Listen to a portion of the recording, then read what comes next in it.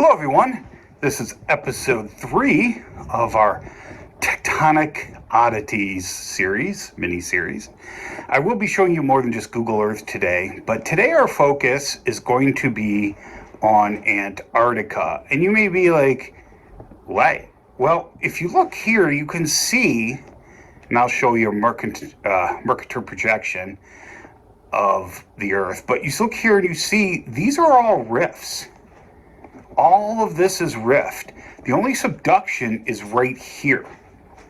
Now, this is a valid point that somebody brought up to me, and I had thought about this years and years ago and completely forgot about it.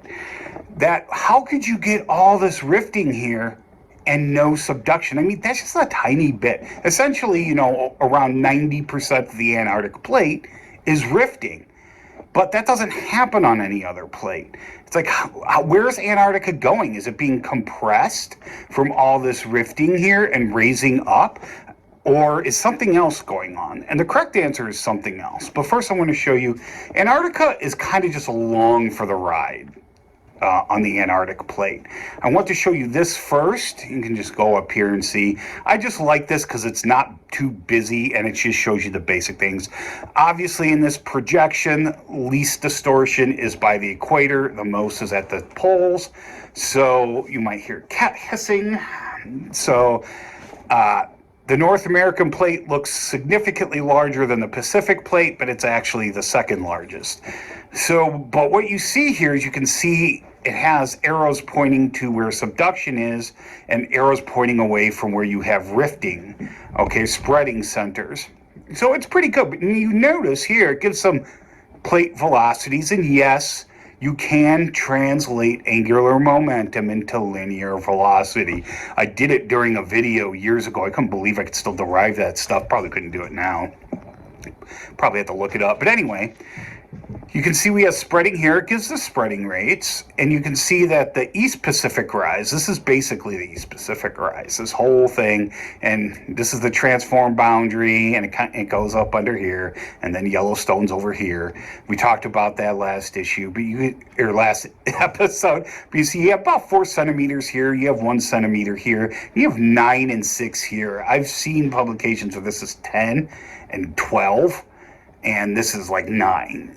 But this is pretty consistent. I've seen this everywhere. And you may be like, Steve, how is it spreading only 1 centimeter here and 4 here? That has to do with, well, Euler is the German pronunciation of it, poles or Euler poles, as English-speaking people say it.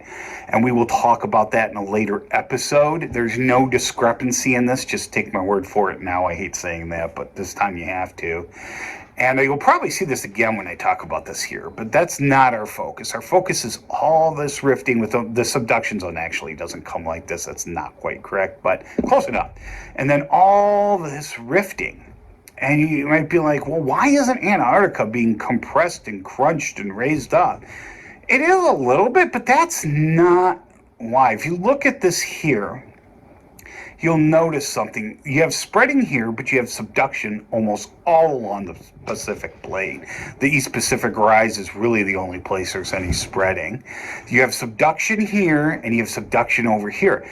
And I'm going to show you from Chris Scotzi's animation. He gave me permission years ago to use his stuff as long as I mention him. I just got to find where the bloody thing is. But unfortunately, this goes backwards, so I'm going to have to rewind it. The evolution of Antarctica. And I want you to notice something you can and see why it's not an issue that there's rifting all around. All right, now here we go. I'm trying to do it at a consistent speed. Then we're going to rewind and go through stuff. Notice there's no rifting or anything here because all this ocean plate, the white now, is gone. It no longer exists, so we really don't know exactly where the rifts and subduction zones were. We could only guesstimate. And then here around, where we go? Here we go. Around 180, 170, we start to get rifting. And notice how Antarctica slides down. And you notice here, it's just kind of going, but look at the stuff above it. It's moving closer to the North Pole. All right, and it's creating all these east-west subduction zones in the process. So even though Antarctica is basically rifting everywhere around except right here, and the rift and the subduction will eventually increase. Eventually, Antarctica will form a subduction zone somewhere around it, and I think it's actually going to end up rifting back towards South America. No one else other than me thinks that. So yeah, anyway, so I'm going to show you this again. You see, you got rifting here, but there's all this east-west-ish subduction going on here. And you've got north and south here. This actually is like this because of Euler poles, all right? But we won't talk about those anymore today. Let's go back to Google Earth. So we have Antarctica here, and here we have the Transantarctic Mountains. These are slowly being raised due to this rifting. This is the only part that really is. The rest of Antarctica is not really being pushed up. But this is an ancient mountain range too, and this is the only place, I believe, where you can find Precambrian rocks exposed in Antarctica. Now, you see, you come over here, and there's actually a lot of little islands around Antarctica, and this is here because of the subduction here. And this is a really weird pattern of subduction. This indicates the Earth hasn't made up its mind, if you will, because you can see there's rifting here too. So you're getting subduction and subduction on this little tiny rift segment that's kind of a holdover, okay? It will eventually get consumed. Once one of these subductions give up dominance, this rift will go away. And then we'll start getting subduction forming more along the coast here, and that's why I think eventually Antarctica is going to move this way and not this way, because the rifting here is too established and it's too dominant. And you see you got longer transform faults indicating faster rifting. Now, I know it doesn't always mean it's going to continue that way, but if you notice here, they don't have all the speeds here. Now, I did construct my own map of this, and I forgot where I put it. But some of this spreading is as fast as it is on the East Pacific Rise, and you can kind of tell from Chris's that, see this red here, that in this orange, it's thicker here, wider, because the spreading rate's faster. All right, now I'm going to play this in reverse just so you can get a consistent speed to it. Now, 10 million years ago, 20, 30, etc. And you see how Antarctica is kind of just sitting there, even though there's rifting going all the way around it. And the rifting on both sides of the rifts around Antarctica are not always consistent, just like the East Pacific Rise. So, see, Antarctica just kind of got caught up in this little episode here, but now we go back to about 200 million years ago, and we no longer have any of this ocean crust around except around the Mediterranean, which isn't even being shown here. All right, so yeah, now it is. This is the modern Mediterranean up here. But see how big this ocean was at one point? And you can see here, even with the form, Pangea is gone now, but you can see here, at no point have all land masses been joined together. That's a myth. A supercontinent is just the majority, and we actually established that at 80% years ago.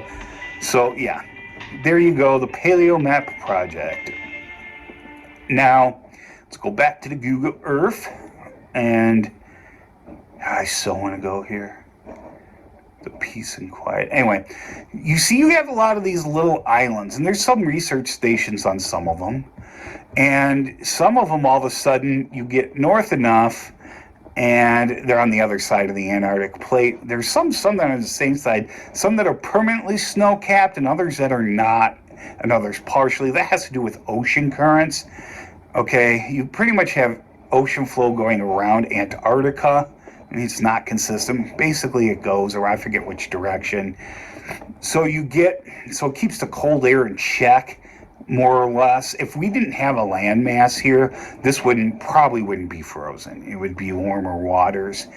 But you can think the well, I'd say permanent, and I use that term loosely, but the permanent connection between North and South America here at Panama, that changed Earth's ocean currents. But Antarctica started freezing long before that, because it's a lot easier to put ice on a continent than it is to put permanent ice on the ocean. It just is. And that's also another reason why the whole Earth was never frozen all the way over. I don't care what anyone says. I mean, snowball Earth was slushy Earth at best. But anyway, talks for the test. Oh, here they are. You get these guys here. Let me put this back north for you. The French Southern Antarctic lands. You look here and you look at McDonald here. And going back in time, let's see if it does it. I'm pretty sure this is a... Okay, that's an October view. These aren't very good. But you go back and you see it's frozen no matter what time of the year. Okay? Let's get that out. When you come up here, not that far away to the related islands here, off to the west. Let's see, how far is that? Oh, sorry, I'll do it in kilometers before I hear about it. We got about, 50-ish, 55-ish kilometers separation. And this island is almost completely ice-free. Now, the cool thing about these little ones, there's a couple reasons for that. Let's see here. That's not what I wanted to do. I wanted to show you how it's ice-free no matter what time of the year it is, because that's important. Wait.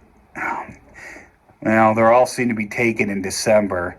But it doesn't matter. December, that's summer in the southern hemisphere, but it's December too. It is ice-free during the whole year. But the reason why this doesn't have the snow cover, and it's only 55 kilometers away from the bigger Heard Island, is two reasons. Why is that doing that? Close that, Steve, so I can see my islands. First of all, the proximity to Antarctica is a big factor. But you might be like, well, Steve, this one's just really small. Ocean currents can go around it a lot better. And that is true. But then you come up here to the French Southern Antarctic Islands. And here we're at a distance. Of course, you plop it right over it. And we are, stop. 450 kilometers away, which isn't too far. And you can see here the only snow is on the tops of the high areas. Now, that is because of ocean currents, and you get to a certain latitude, or lack thereof, I guess. And the fact that you're here in the Indian Ocean is, keeps this ice free this far north. Actually, this probably shouldn't have any ice on it, but it does. I forget why. I think it does have to do with ocean currents. But what I want you to notice here is this. This, what looks like continental shelf. All right? This is not a continental fragment. As you can see, India slid away here, came up. This isn't even like a leftover from India. These are, I'm pretty sure, volcanic islands. Let me Google that. French Southern Antarctic Islands. French Southern Antarctic lands. I'm pretty sure they're volcanic islands. Yeah, France still has this for some reason. I guess it's technically part of Antarctica. Sometimes referred to, let's see here, history, geology, geography, flora, fauna. Man, I feel like a dope. It's geology. Yeah, I'm pretty sure they're volcanic islands, but I don't want to get you wrong here. Territory includes, that is not what I typed. All right. Yeah, all right, geology, and it is not telling me at all. Okay, I'm pretty confident in this here, so I'm just going to roll with it. This is not like Madagascar is with Africa, all right? And if you're watching this video, it means I am right, okay? Because it looks like it could have been dropped off by India as India moved north, because this is about where India and Antarctica were once connected. And it kind of looks like this kind of slid down from here. This is just near the beginning of the rifting, and the rifting produced like kind of like an Iceland effect, except the rift moved off of it. Does that make sense? Because sometimes that happens, just like eventually Iceland will eventually not be on a rift anymore and probably merge with Greenland at some point. But this isn't like a continental fragment like Madagascar is. All right, and this is one of those anomalies we'll talk about later too. So this looks odd because of its big, big size as a shelf that it could have been, but it's really not. It's just part of a rift that eventually the rift, for some reason, decided to push those islands away with Antarctica. Probably had to do with differential spreading centers at other places and compensation for all this rifting around Antarctica. But I just wanted to tell you guys that and pretty much say I think that's about it. This is another area we're going to talk about in the future here. But I do have beginner rock testing and mineral kits for sale. I'll link it in the description if you want to take a look at those. They're on Amazon. I actually have an Amazon store, and they're on my website. But I just like this stuff, and I'm glad you guys are interested in this. If there's a particular area you want me to let you know about, just leave it in the comments. I'll see if I can do it. Because you guys may have noticed something that I didn't notice, all right? I don't have this whole planet memorized, spreading centers, everything. I have to look them up most of the time because, I'm old. Get out of my lawn. Yeah, see, here's pretty much the Pacific plate. This isn't.